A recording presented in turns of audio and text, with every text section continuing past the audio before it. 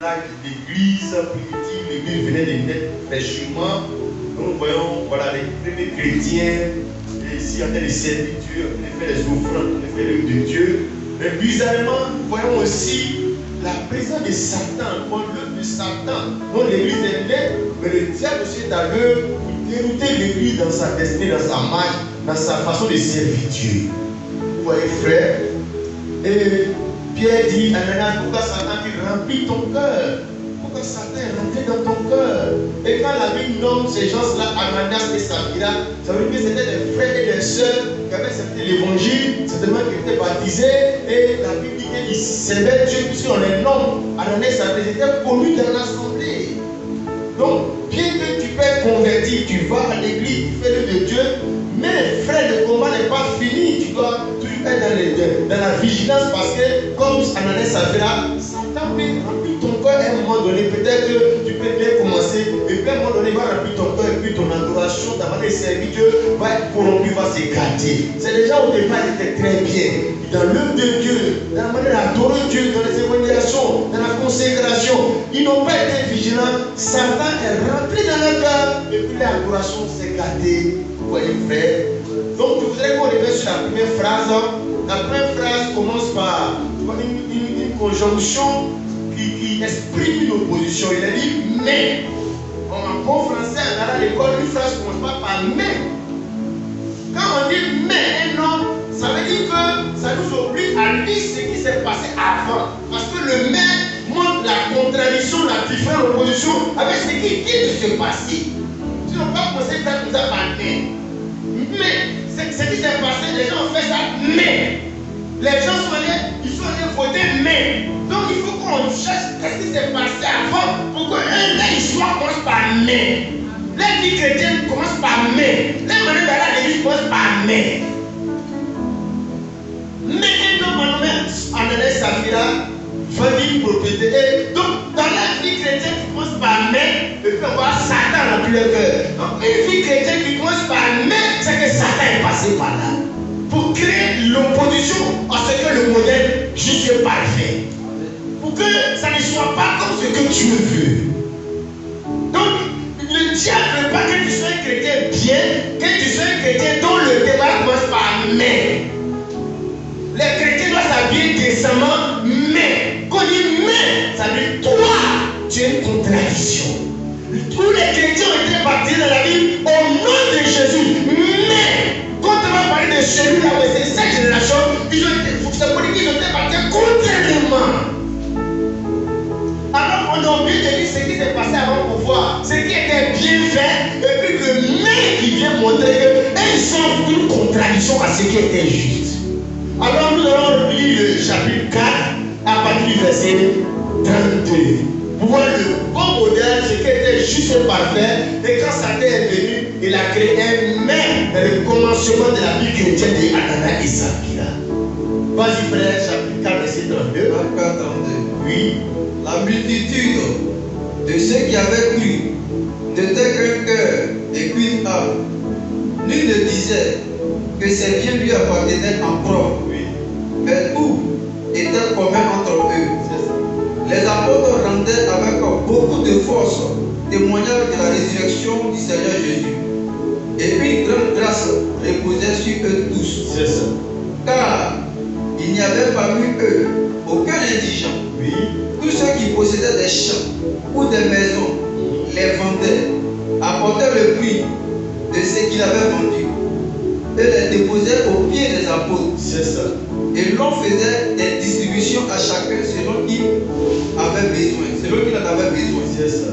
Joseph, surnommé par les apôtres Barnabas, ce qui signifie fils d'exhortation, Lévi, originaire de Chypre, vendit un champ qu'il possédait, apporta l'argent et le déposa aux pieds des apôtres. Voilà. Donc, voilà ce qui était juste. Ce qui est le modèle parfait, la vision de Dieu dans laquelle les gens étaient. Avant qu'on parle de mais, les autres là ont commencé à faire quelque chose qui est contraire à ça. Donc quand les gens acceptaient le Seigneur, ils croyaient au Seigneur, non seulement ils donnaient la vie au Seigneur, leur vie appartenait au Seigneur, mais tout ce qu'ils possédaient aussi appartenait au Seigneur. Et la logique dans laquelle les gens étaient, il devait soutenir l'œuvre de Dieu, il devait adorer Dieu, il devait se sacrifier en tout chose pour le Seigneur, il devait s'investir. Mais la Bible dit, chacun vendait ce qu'il pouvait librement, sans compter, il vend depuis la porte la totalité de ce qu'il avait vendu pour venir louer le Seigneur de faire l'œuvre de Dieu. C'est comme si j'ai mon micro, que j'ai vendu le micro à 1000 francs. C'est tous les 1000 francs qui sont la valeur intégrale totale entière du micro que j'apporte. Je n'enlève pas 5 francs. Si le micro coûte 100 000, quand tu vends les 100 000, c'est les 100 000 francs que tu apportes. Donc, les gars apportaient la valeur totale de ce qu'ils possédaient. C'était l'image de une adoration dans laquelle tout leur cœur entièrement, totalement, intégralement, la manière de faire de Dieu, c'était intégralement qu'ils exprimaient pour venir au Seigneur. On en est lié les gens. Parce que les gens voulaient montrer qu'ils servaient Dieu de tout leur cœur, la totalité, le amour totalement, l'investissement totalement.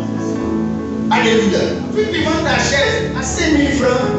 Ce n'est pas la personne qui vend, il ne voit pas que c'est sa chaise. Qu'il va prendre 1000 francs pour aller donner 4 000. Parce que ce n'est pas ta chaise.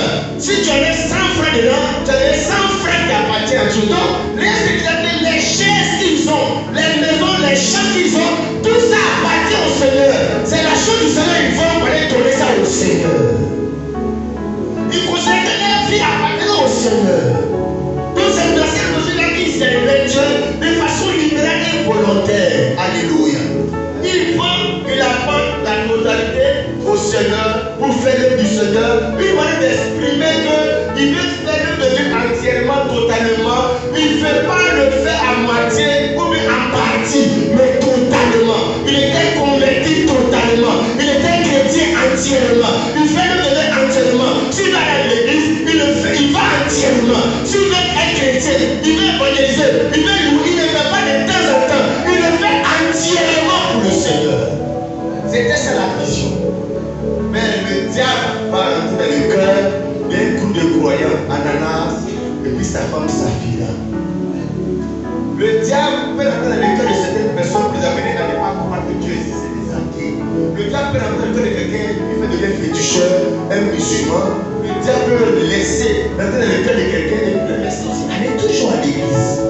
Mais quand cette personne va à l'église, même dans le bon église, le diable va faire qu'il ne va pas servir Dieu entièrement et totalement.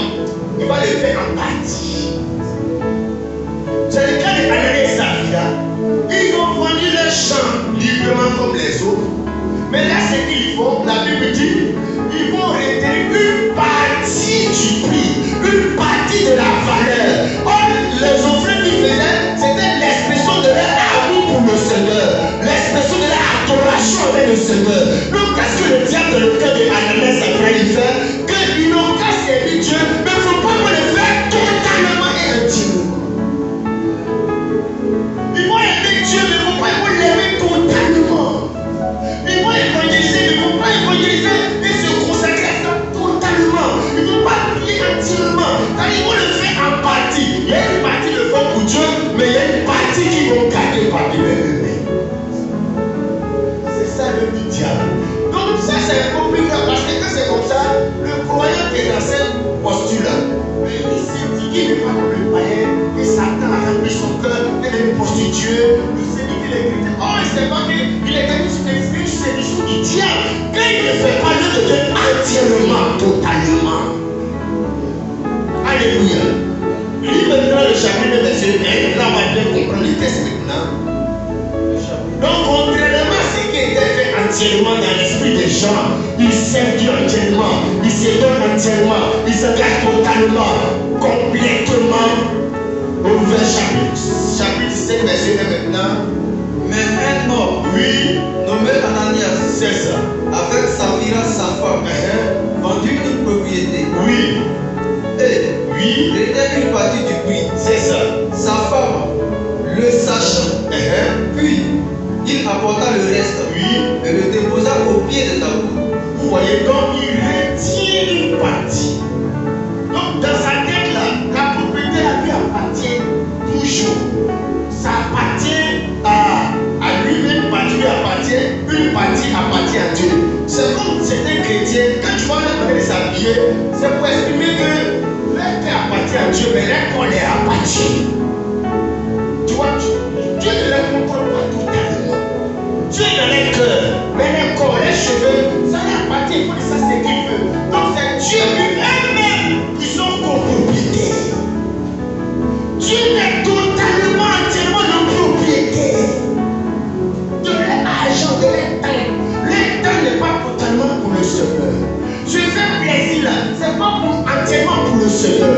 Alors les serveurs de la salle logique, ils ont vendu la propriété, ils ont retenu une partie du prix, ils ont pris le reste pour partir vers l'œuvre de Dieu. Pour montrer qu'ils n'étaient pas entièrement convertis au Seigneur. Et quand les faits des Pâques, les faits des Noël, les faits des gens, les choses arrivent, c'est là que tu vois qu'il n'est pas entièrement converti. Donc dans l'église, il y avait d'autres qui étaient entièrement convertis. Il faut les choses entièrement, totalement.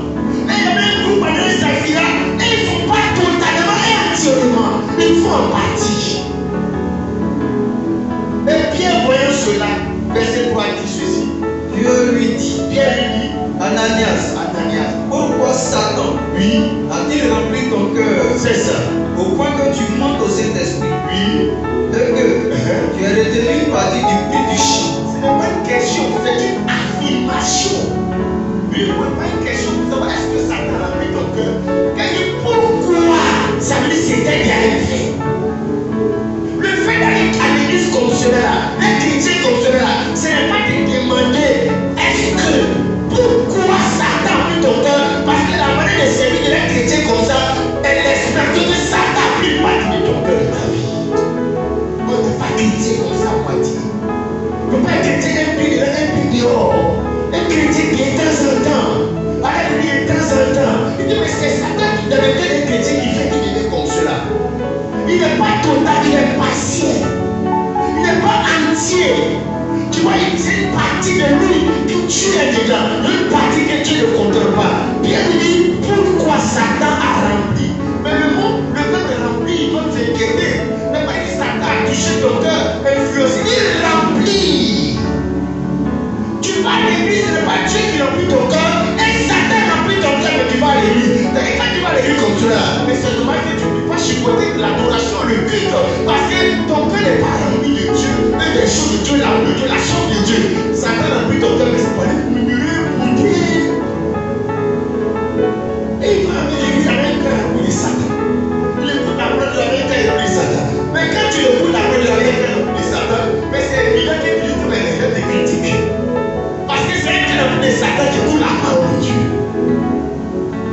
Pourquoi Satan dit rempli ton cœur, Ananias Saphira?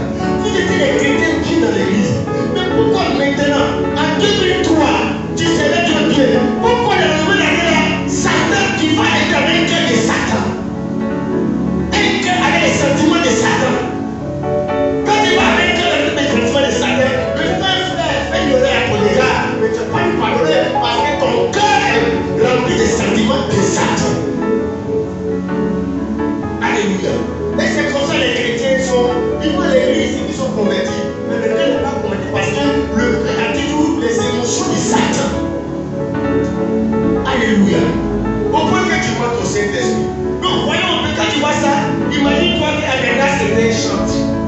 Mais quand il est un chante, il n'est pas un chant qui va chanter entièrement, avec un aspect entièrement pour le Seigneur. Il est une partie de Dieu, il est une partie du monde.